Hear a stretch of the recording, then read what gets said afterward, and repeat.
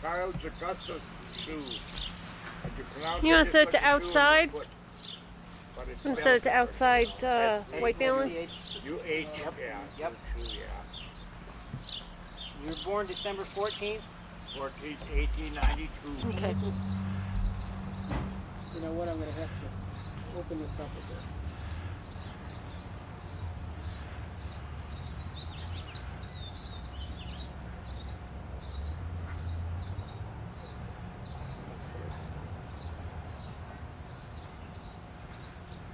Keep it on autofocus.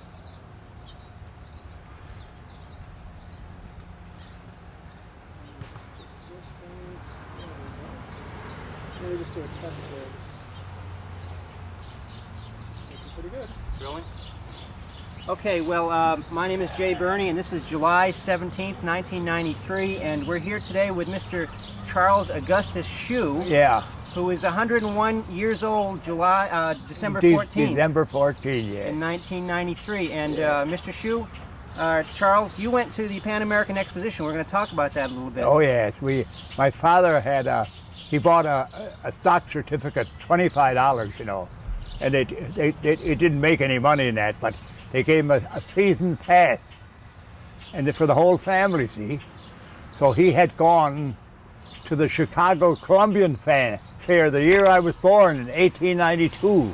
That was 400 years from the discovery of America, and he loved the place, you know.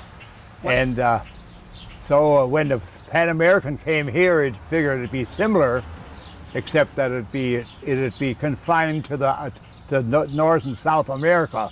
Although we had musicians and bands here, Sousa's band and that, and foreign Cinda's band from, I think, Italy, bands from all over the country, you know, and they played in the Temple of Music. That was right where the president was shot. Let me ask you a question. Your father bought a stock certificate. Now, Yeah. was that in the Pan American Exposition? That's it. And part of that, for $25, was a season family A season pass. pass for, he'd come home at night. He was a pattern maker, like we started the shop, a pattern shop. The Washington Iron Works that made all the hydrants and the receivers. And those, you see that urn there? That flower urn? Yep. You'll notice on the bottom in bold letters, Washington Iron Works. And that was from your father. They had all, yes, that's where he worked. How old were you in 1901? No, 9 years. 9 years old. I was born. Do you remember the first time that you went to the exposition? Well, I think so. We used to see there was a belt line run around the city, New York Central belt line. And the year before that the Pan American Open, we knew it reported, we used to take a Sunday afternoon trip around the belt line for 5 cents, a nickel cost to go around and we had been going there for a number of years, see. And that run right through the grounds, the Pan American grounds, see. And we'd get it right down the end of our street on Glenwood in the Humboldt section. You lived on Glenwood. Yeah. Yeah. And we'd go down the end of the street and get the train right there.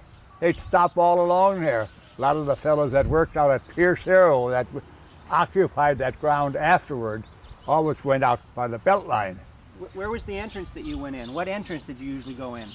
Do you remember the main entrance that you went in, or? No. We went on the belt line, Yeah. and that run right through the center of the Pan American. And we got out and went under a viaduct there, went under there, and we were right in the ground, see. And the year before, in 1900, when they were building that, we used to take the belt line and we'd go right through and we could see the one building after the other going up, you know. They had a large group of men working there, you know, hundreds of men building it. And those buildings went up.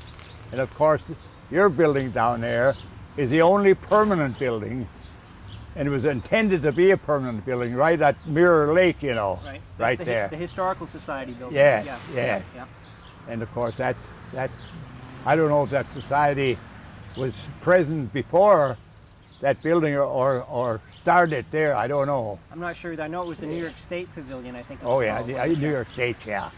So you went quite often. You had a family pass. You must Oh have gone yeah, just yeah. about every week. I or- I would say, well, my dad would go even if the rest, but he would take there was 4 of us boys, see, and he'd take a couple of us. You know, maybe I'd go every second Jay, week start or that part so. over. That last part. That's going to kill it. Okay. One other thing, Yeah. be careful weaving your hands around because Okay, they're getting all into right. the picture. I'm going to ask you that question again about how often you went because we didn't quite get it. So Yeah. you must have gone fairly often. I would say twice every other week. Uh-huh. Yeah. And when did the fair open? Was it in the spring? Yeah, they were to open. It was scheduled to open May 1, 1901, and the weather all of the month of May was a cold, wet May, and they couldn't open, and so they waited until June 1. They lost a month, and still had 20 million people come from all over the world. That was throughout the whole Yeah, thing, yeah. but they lost a month, and that's why. Otherwise, they probably would have paid a dividend even on their stock certificate. Can you describe what the fair looked like, what the various buildings looked like, the sculptures? What did it look like when you Well, got off? when Jay? we saw them go up, the white, they were pure white, you know, and they had that some kind of hard plaster or something they were made of steel silk skeleton frame, you know, and then the building was built around, you know, over that steel, and it was interesting to see though. It started buildings all over the grounds. We were right in the center. See, the belt line still runs down there, you know, at the Pierce Aero plant, and we'd see those buildings go up, and we realized it'd be a great affair, you know. And so when my dad got the season pass for the family, well, he'd go out. He'd get home and have a bite to eat and get dressed, and out he'd go. Sometimes he went alone. My mother didn't go very often, but he usually took some of the boys. See, Eh, That's, again, the plane's going to kill it. It's going to sound horrible. Well, it was a huge fair. It was a huge fair. The grounds were. oh yeah, I would say hundreds of acres of ground. You see, it runs from Hurdle Avenue. There was an entrance in Hurdle Avenue, and you know that's that street that runs from Main Street way over to the city line over here. Yep. And then there was another opening on Amherst Street. Yep. I think some of the trees that they planted there are still, you know, there was trees in the road that led into the fair, see. Huh. And then, of course, in the Beltline then, see. Yep. People that lived near the Beltline came there. We didn't have to. They had little dinkies. You see, there was no electric power in the homes that time, and that's why it was open to electric age to the whole country.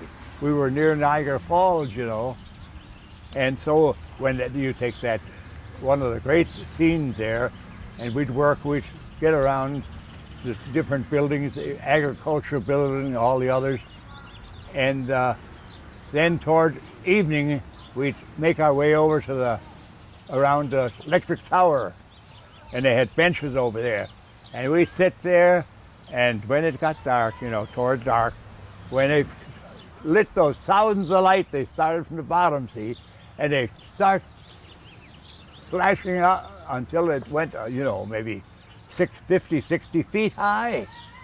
Massive thing, you know. All those lights, it was like a new world. You wonder what was happening, you know. Well, what were people thinking? I mean, this was the new dawn of the Well, they electric just couldn't. age. We had gas lights on the street, and not too long before that they had the lamplighters go down the street and light all of them, you know, the gas lights. Yep. It was a big glass cage, see, that would protect the light from the weather, see, Yep. wind and that. And then when they got electric power in the streets, and I always wondered, though, they had streetcars. I remember back as far as little dinky streetcars when we lived out near the city line. and they had them running on Bailey Avenue, and they had the power in the streetcars, and they had those big lights with a carbon lights, you know, that they'd have to change the carbon. I remember we kids used to hang around when they were changing the carbons, and they'd throw the carbons in, and they were black near where they were burning, and we'd take them to mark our games on the street, you know. At that time, this is on the aside. There was the horses. There was no automobiles, you know, for years to come, and the horses would go around. We had our games marked on the street, and there'd be a little narrow alleyway that we didn't occupy, and the horses go around our games. We didn't even move. You know, today if you tried to do that, well, the automobiles would kill you. You'd get run over. Yeah. Do you remember how the electricity came to the fairgrounds, the route, or? Well, of course, we were near the falls, you know, and of course the power company started around the falls, you know. They had that power, you know. Yep. And but it was new. We hadn't seen an electric light bulb, you know, before we went to the fair. My throat's getting awful dry. Well, you want to take a little break and get some water? Well, yeah. Yeah, okay. Yeah. How about, do you want me to get some for you? Yeah, will you? Start again. I'm rolling. Yeah. That sun bother you? Can we? No, I think we're okay. I think Yeah. we're okay. I want to talk a little bit again about the layout of the fairgrounds. Yeah. How did it look, and what were some of the visual scenes that you would see if you walked around the fairgrounds? Yeah, well, we, of course, to see all the buildings, it covered, you know, maybe 200-300 acres. But in those canals where they take around, they covered most of it, you know. And then the gondoliers and their boats, they had a underground water under Hurdle Avenue, you know. And it had a lake over on the other side where Kittinger Furniture Company is now. They're back there, they had quite a lake. In fact, they used to fish in there later on. And so of course, I was interested at that time in fish. Where I lived out in the Humboldt section, we were right near the Skajacata Creek. That was an Indian name for a creek that had, when the Indians were in Buffalo up to the 1840s and that, you know, it was a wonderful trout stream, and so I was interested, and I used to go down there, and we had a swimming hole, in fact, later on out there. So I was interested in the canals there, you know, and getting around to all the buildings, you know. But of course, that one of the centers, the central attraction was the electric tower and the Temple of Music. I remember being out there a week. I don't remember if it was a week before or after, right where the president was, you know, shaking hands with all the people when he was assassinated, you know. And so that place is marked, you know, the spot that he was killed in. So that, you know, that was where the Temple of Music was, you know. And that's down beyond Amherst, 2 or 3 streets. That's all nice homes now. When did you first hear about the president being assassinated? Yeah, well, he came, and I remember hearing him speak. But he stayed at the Milburn, I think, Milburn mansion on Hurdle Avenue, his home. See, that's where Roosevelt came. The vice president came to be inaugurated after he passed away there. See, but anyway, the Temple of Music was a wonderful place where all the musicians all over the world came there and gave concerts. Cinda's band and Sousa's band, march band.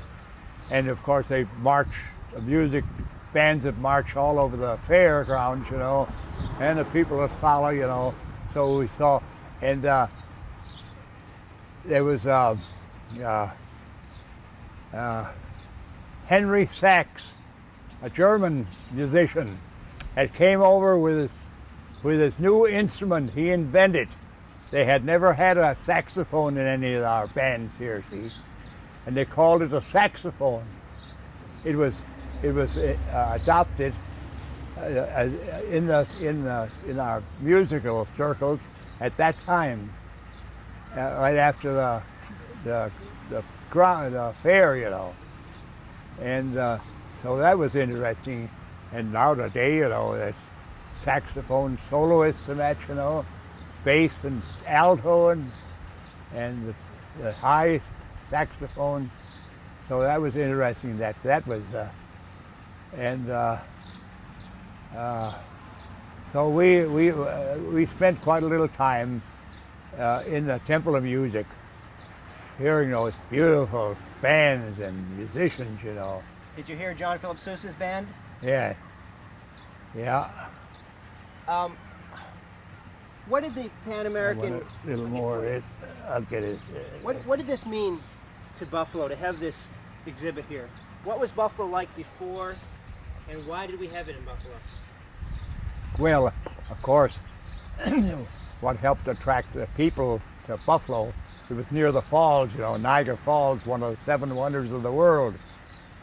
And there's a lot of people used to visit the falls, see, and so when the Pan American grounds was here, a lot of people came here and you know, rented, stayed in the hotels and that, and would go down to the falls too and see the falls, you know.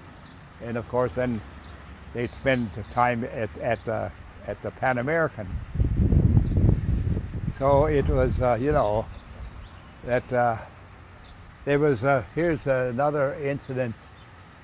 In that ground, it was amazing that's well, it's 90 years ago or over, that all that was vacant land, except there were a few early settlers.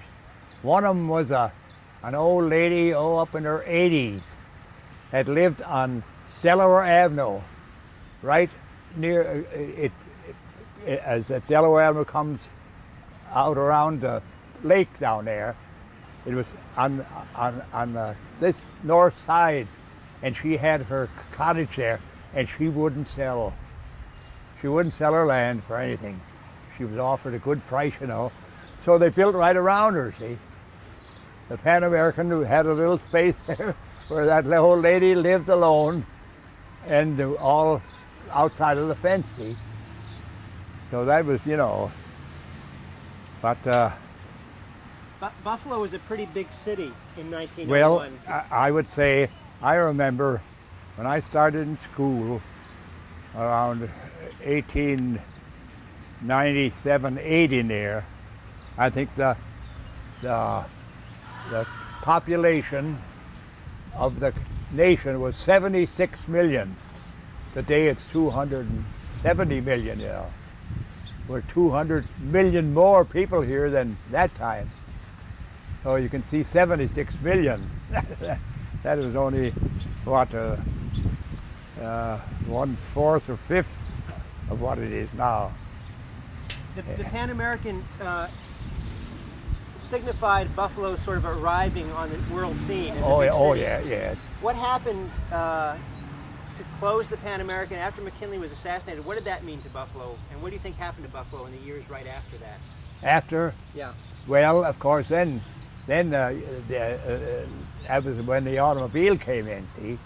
And of course, a good part of that was where the Pierce Arrow plant was down there. They built that right after. And there was, at one time, there were 15,000 people working at the Pierce Arrow plant. They put out, you know, the finest car at that time in the country. And I guess the president and all people had the wealthy people had a Pierce Arrow. And we used to, later on then, when we started the pattern shop down there, we worked on their patterns, you know. And they kept our whole crew. That's the time we built the shop down here, when we had Pierce Air Work. And that was one of the first buildings that was built on the grounds after the Pan American departed, you know. Do you remember when you heard about McKinley being assassinated? Oh, it was, of course, there was no radio. It had been on the radio a day, every hour, you know. But they put out special Buffalo Evening News. We had 3 or 4, a morning paper and a commercial, and Evening News was a great. And they had a story of his progress, how he was doing every day until he lasted a week, you know. But he never. Today, they would have been able. They claim that they would have been able to remove those bullets, and probably saved his life. But they never took the bullets out. He died with the bullets in him. And so it was, you know. And when it happened, there must have been hundreds of people in the line there waiting. And it would take a long, I remember being in the line. This is at the Temple of Music? At the Temple of Music? Yeah, it was right near the left of the Temple of Music. So that spot down there, it shows the spot where he was assassinated. And this fella, they called him the man with the unpronounceable name, Leon Sulgosh. And he was an anarchist. He didn't believe in any government. Do away with all the government heads. Think of it. What kind of, you know, brains he had. And he had his head, a handkerchief around his hand. And he had that little gun in there. Today, why, they would have grabbed him and he'd been down to Sing Sing in no time. But he walked all that long way with that bandaged hand. And when he got up to the president put his hand out to shake hand, and he shot him 3 times. And the crowd that time, they claim, would have torn him limb from limb. But the president says, don't hurt the man. Don't hurt the man. Imagine. Put 3 bullets in you, and he was a wonderful speaker, a wonderful, good Christian man, you know. One of our best presidents, I feel. And then, of course, Roosevelt, who vice president, he was visiting somewhere. They called him immediately to get over, and then they inaugurated, when he died a week later, they inaugurated him the president then in a Milburn residence. It's some place on, it must be marked. I was in it one time, and it was a beautiful mansion, you know. That's where he passed away. It must have been a great shock to Buffalo. Oh, yeah. Did you attend any of the funeral proceedings, or did your family? No, but they had at that time they had the kaleidoscope, you know, that they used to, you ever see, and that Yes. showed those pictures, you know, you put those pictures in there. Beautiful pictures they had. We had one of them, and it, Stereoscope. yeah, and right after that, they brought one out of the flowers and that around the casket at McKinley's funeral, you know. Beautiful picture, colored picture. I used to look at it every once in a while, you know. And of course my dad, oh, he was furious. He often said, why didn't you let them tear them apart? Like, you know, but the president. I'm going to do a little bit of maybe talk about Buffalo the first time. Okay, can I ask one more question? One last question. Okay. I'm just, Yep. if I'm going to, this is better in motion than it is. Okay, like this. this will be a quick one, then we'll stop. Okay. One more. What was it like? Did you ride in the canals and on the gondolas? What was the ride in the canals like? Well, they were just open boats, you know. Just open boats that were, I think that they, I think they were rowed. They rowed them across. I don't think, there was no gasoline engines that time. And, but you'd want a little time to view the buildings as you passed them, And it seemed that that canals were laid out so they'd cover all the buildings, So it was quite a network of canals. So could you go all the way around the fairgrounds in a Yeah, canal boat? yeah. Was that a ride? Yeah. And do you remember what that cost by any chance? What's that? Do you remember what it cost to take a ride? It wasn't much, I don't think. I think 25 cents. Okay, Yeah. we'll take a break for a few minutes. Let's take Yeah. a break for a few minutes. And do you want me to shoot for you?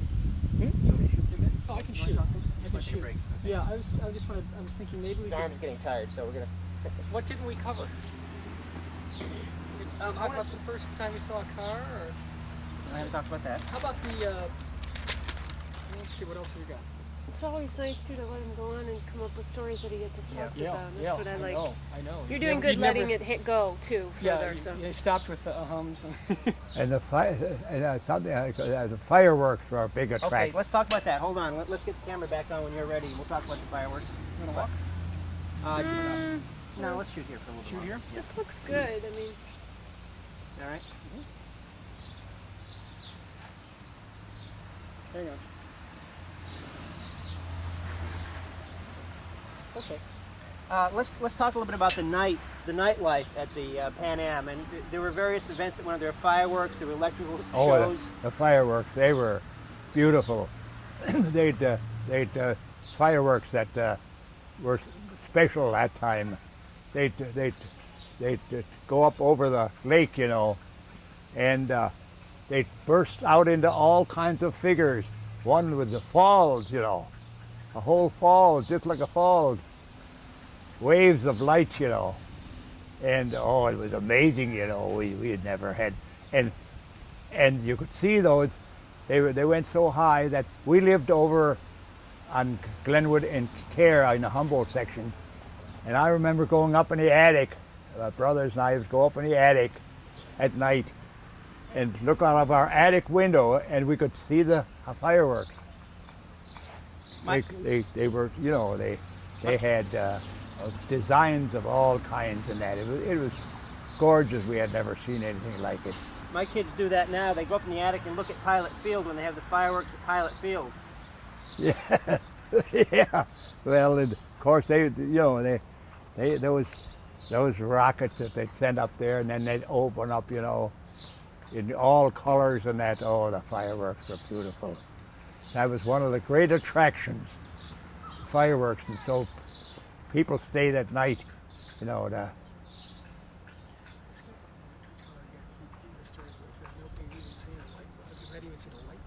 It must have been pretty spectacular to see the things lit up at night.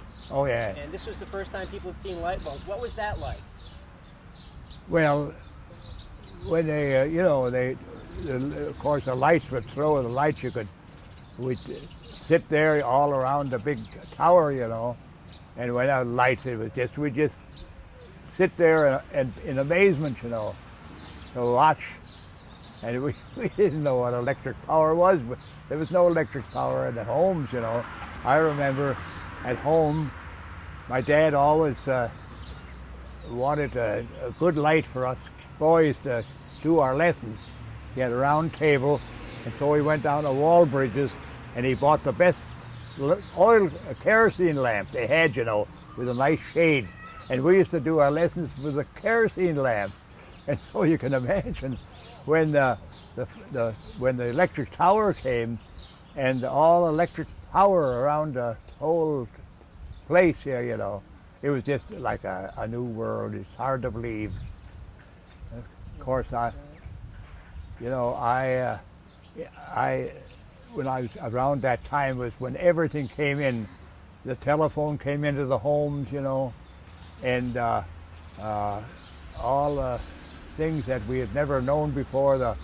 The movies and that were coming in, and so it was a beginning of a great period in our history. Well, the phonograph, like you said, movies, telephone, automobiles. And the automobiles, I remember we lived on Genesee Street, one of the important streets in Moselle. And one night, people started running out of their homes, shouting. And we went out. I remember going out and getting into the crowd. And there, out Genesee Street was a little, they called it horseless carriage. Look at that horseless carriage. And the guy who had the lever, you know, and a little two-lunger, I guess, you know. And later on, we worked for Sterling Engine. And the head of Sterling Engine was one of the people that worked on the internal combustion engine. I've always been amazed how they ever discovered the internal combustion engine. How that spark, they had just a little flint, you know, that would give a little spark, and then set the motor going, you know. And in the late 1890s, see, but the automobile didn't. The first automobile was, I would say, in about 1901 or 2, and that they called it the horseless carriage. You've seen a lot of changes in Buffalo and in the world. Well, it's hey! Watch your water. Yeah, okay.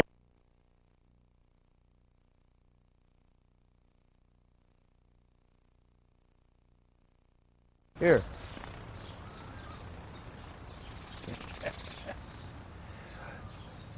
Yeah, so it was a time when the movies came in, you know, and What was the first movie you saw that you remember? The well, first big movie. I would say that was around 1908 or 9. We had a picture show that located on Fillmore Avenue, right near our street, Glenwood, and they start showing the pictures, you know, and all. It was amazing, you know, and I think they called that, and then of course the big theaters downtown, the Academy and the Star Theater, you know, they had. How did your family come to live in Buffalo? Well, my mother was born in Switzerland, and she had a brother that came over here, and he happened to locate in Buffalo, see. And so when she was 15 years old, that's 120 years ago, he wrote and says, "Why don't you come over to this great country?" And so she came over, and she was a maid. She was a wonderful cook. She made dishes that I've never eaten since she's gone. And she was born in 1860. So around 1900, she was 40. So 40. She must have been around 49 or 50 when the fair was here. And she, you know, we used to spend a lot of time with her. She was quite a religious. She used to tell us that when she was over in Switzerland, she'd go to church with her mother. Her mother would wear a plain dress, so she was against feeling proud, you know, no pride. And she says, all the way to church, her mother and her would pray, see, all the way to church. And so when my mother lived alone and the boys we'd stop in to see her, she always had her Bible open there, you know. And my dad had a Bible 400 years old. He came from southern Germany, and they met somewhere, and he followed her over here then when she come over, and he brought that Bible, 400 years old. My son, it was handed down to the oldest son. I wasn't the oldest, but my oldest son wasn't very interested in Christianity, you know. So I got the Bible, see, and so my son has got that Bible home over here in Kenmore, and it was printed with wooden type, you know. Oh, massive thing, and the worms. It had a wooden cover, and then that cover, a wooden cover, was covered with a fancy leather, and the worms ate up the wood through the years, you know, 400 years, and so he had it recovered. So would that Bible be 500 years old now? Yeah. So that was made at the time of Columbus. Yeah. Oh yeah. Yeah. Yeah. How are you doing? Good. What was Buffalo like as a city? What was the feeling back at the time of the Pan Am? What was the feeling? Well, of course, the streetcars were just coming in, you know. The horses were still around till 1927, you know. They had, but there was electric power in the streetcars, little dinky streetcars, and so when the moving pictures come in,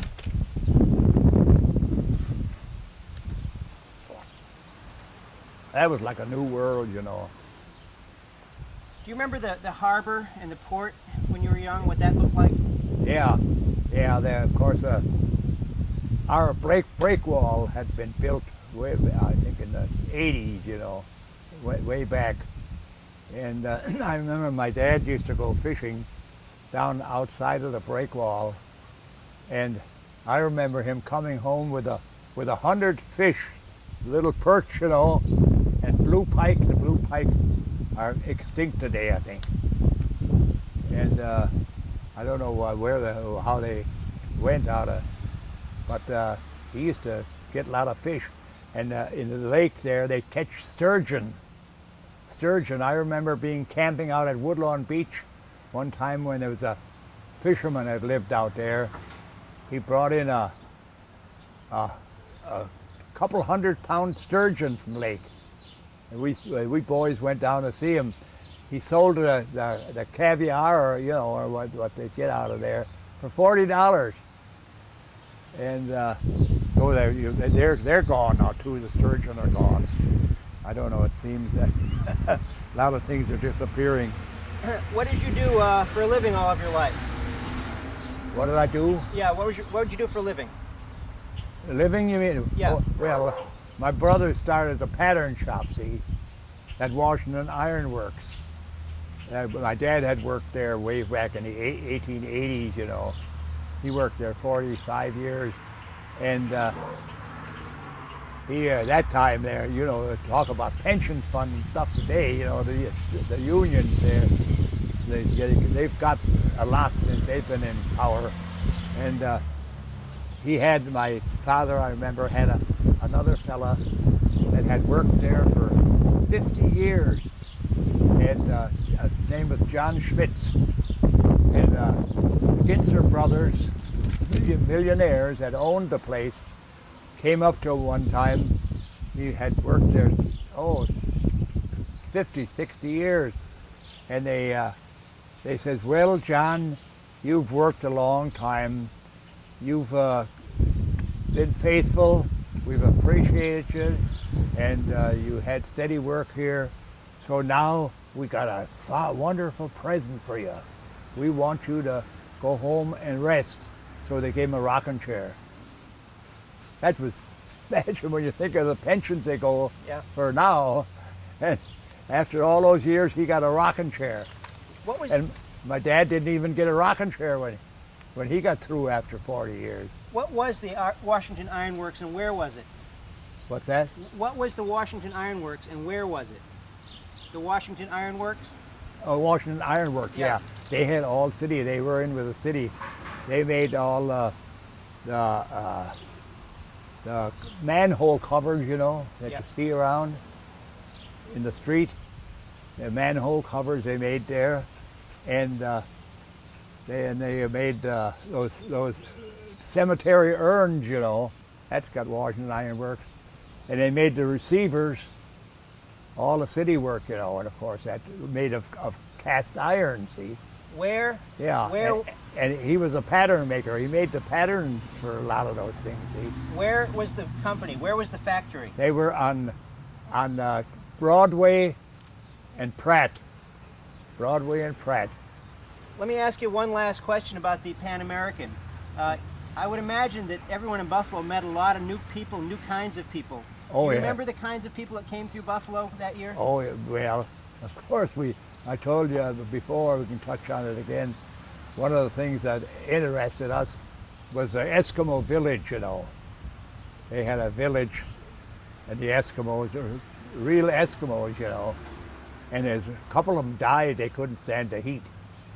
But there was one, we went over, every time I went out, I said, let's go over and see the Eskimos at the village. And my dad was glad to go over there because one of them talked German. And my dad talked English, German, and French. See, 3 languages he talked. And when he heard an Eskimo talk German, he thought he wasn't hearing right, you know. But so he carried on the conversation, and so how it must have been a German missionary or someone went up there. That how would an Eskimo ever learn to talk German, another language, you know? And so they had this igloo that they built, and they had cooling in there, you know, and because they were used to the freezing weather, you know. And during the summer, it got pretty hot, you know. And so a couple of them didn't make it. There were a lot of different cultural villages. There was African villages. There were Indian and Central different American, buildings, Japanese. Agriculture building, and that had agriculture methods and products from all over the world, you might say. And then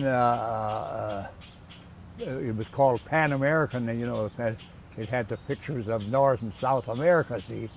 But it was really a world fair, and so they had all those musicians that came from all over, singers, prominent singers that came over to perform here, you know, and all those special attractions they had. So they would have paid good dividends even on his stock, small stock. Of course, $25 that time was like 100 today, you know. I would say 4 to 1. Did you ever see any of the military reenactments, the battle reenactments? Battles? Yeah. No. I was over when I visited my brother down at Norfolk. He was on the big Ticonderoga, the big battleship, you know. I went down to visit, and he had a friend there that took me all over the battlefields of the Civil War, you know. At the Pan Am, they had reenactments. Yeah. Did you ever see any of those where they had the cavalry charges and the cowboy and Indian fights? Well, yes, the Indians. They had the Indians perform a lot, and. Do you remember anything about that? Well, I was interested, you know, but there's so many things, of course, at 9 years old. If I ever knew there'd be a conference later on, I would have tried to make notes. But I went there so much that I knew almost every building. I remember going in the building that was quite high, about 4 different sections that had fish, beautiful fish from all over the world, every fish known. And you see those beautiful fish, you know, and I think they had a baby whale there, you know, in a big tank there. And then of course but I used to like fishing. In fact, I went up to Canada for 40 years without missing fishing with a party, up till my eyes started going bad.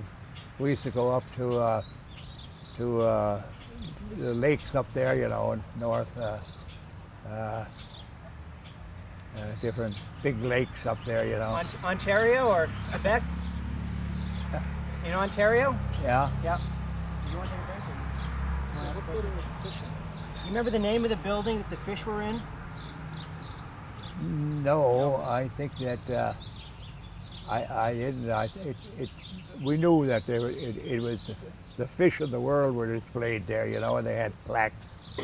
What happened? What happened to all the canals and the water? Where did that all go? Well, the one canal that went under Delaware or Hurdle Avenue, where they stored all the gondolas and the other boats, that was there when we opened a pattern shop down on Elmwood, right across from. It's down at the lumber company down there. Yep. And it was back of that, see, and there was a waterway under Hurdle Avenue, and they stored all their gondolas and that over there, you know. And I remember that it was quite a big lake and deep. I remember I had a friend and his son went there, and he wasn't supposed to be there. He was drowned there, lost his life there. So it was, and you know, they didn't allow it, but some sneaked in and went fishing there, you know. Was that? You'd wonder how fish come. I'm rolling. Okay. Mirror Lake was around the electric building, electric tower. Yeah. Where exactly was that located now? Where would you go now? Well, it wasn't too far from the Temple of Music, and of course we know where that is. That's marked down there in those streets, new streets that were put in between Hurdle and down to the lake. They got a what do they call those places in the center, you know, with foliage. Median strips. Yeah. Yeah, medium, and one of those has the location of the spot that the president was assassinated. So we know that that was the Temple of Music, and the electric tower wasn't too far from that, you know. I'm happy. You want to ask any questions? Do you have any questions you want to ask? Do you have anything you want to add that we haven't talked about in terms of the Pan Am? Any recollections or anything that? Well, Anything we didn't talk about yet? I remember, of course, like I told you about the beautiful fireworks. Yeah, we talked about the Yeah. fireworks. Got the electric tower covered. Eh. Got the canals. We got the Temple of Music and the pavilions. I don't know. There's a good tie-in. More other types of pavilions? That also, and like asking about the souvenirs, because maybe we can use it as a segue. Yeah. Food? How about souvenirs? Did you ever collect any souvenirs? Well, I had, in fact, I run across a book that I had, you know, that told about the different buildings, and I mislaid it around the shop somewhere, but if I get it, maybe you'd be interested to have it. That'd show a picture of some of the buildings, see, Yeah. and tell something about it, see. Do you remember how the fair closed? Were you there in the last days? What was it, Well- November or? Well, no, it was it run through September, and because the president, that was earlier in September when he was assassinated, you know. So.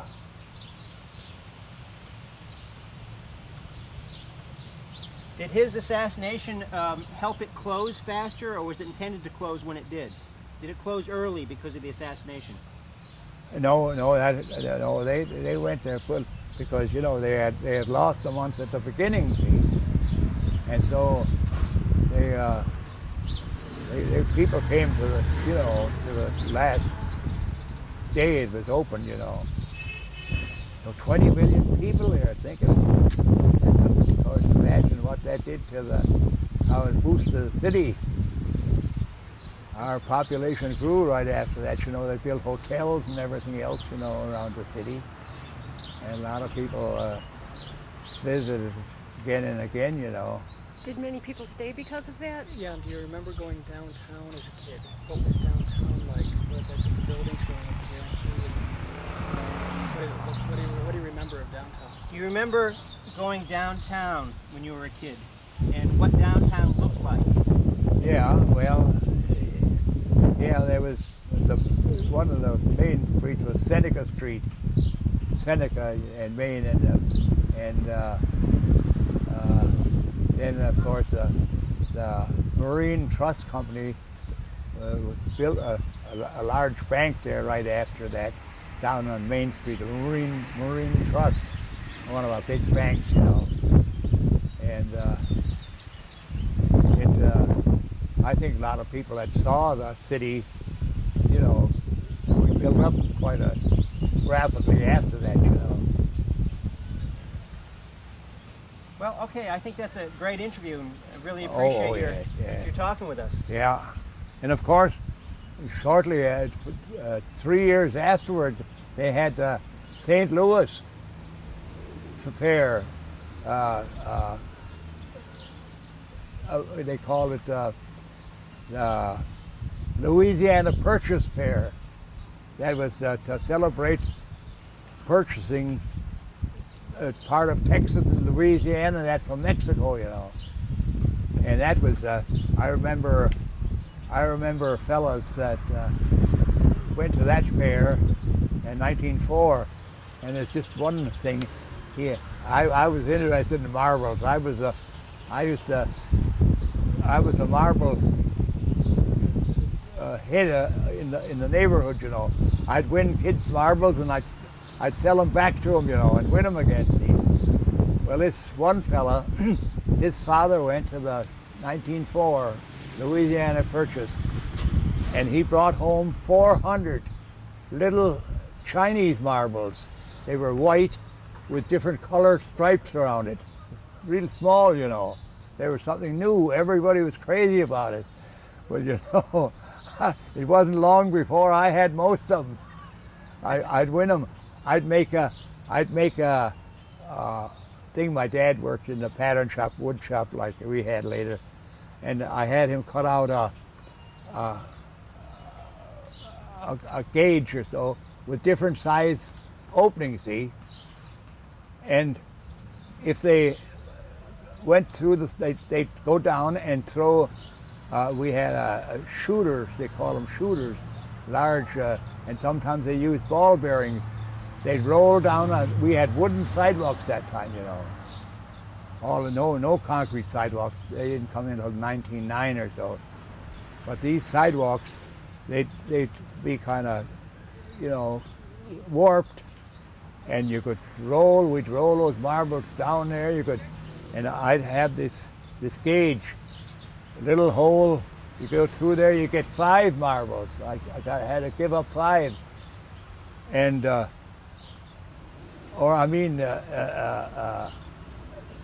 big one, I'd give 1 marble if they hit that, you know. Well, most of them would try to go to the smaller ones where they got more reward, you know. And I'd clean up on it, you know. And it wasn't long before I had those 400 little marbles. Then I'd sell them back, you know. I was a Shylock of the neighborhood. That's a good story. Yeah. Well, I think we got some good stuff, and we might come back and see you again if you let us. Okay. Yeah, I'll look up that book. That'd be great. And I had another book that described all the different buildings, and I gave it to a lady that comes in there, a good friend of ours now, and she lives out in Clarence, and she's the head of the historical building out there in Clarence, see. And I gave her that book, see, that's the one. I got another one, smaller one, but I'd like to get that book that described all the different buildings, you know. I'll see whether I could get it from her, and at least let you borrow it, see. That'd be great. We're trying to do a tape on the Pan Am, so we've got that Edison footage, and we're going to do interviews with you and some other folks and see what we can put together. Yeah. It's an important part of our history. Yeah. And here we've got somebody that was there. Yeah. That's pretty amazing. Yeah, it was the greatest. Put us on the map all right. You know, we had visitors from all over the world. Maybe we can think about going down to those plaques. That would be pretty interesting to have them point them out. Sure, yeah. Down the road.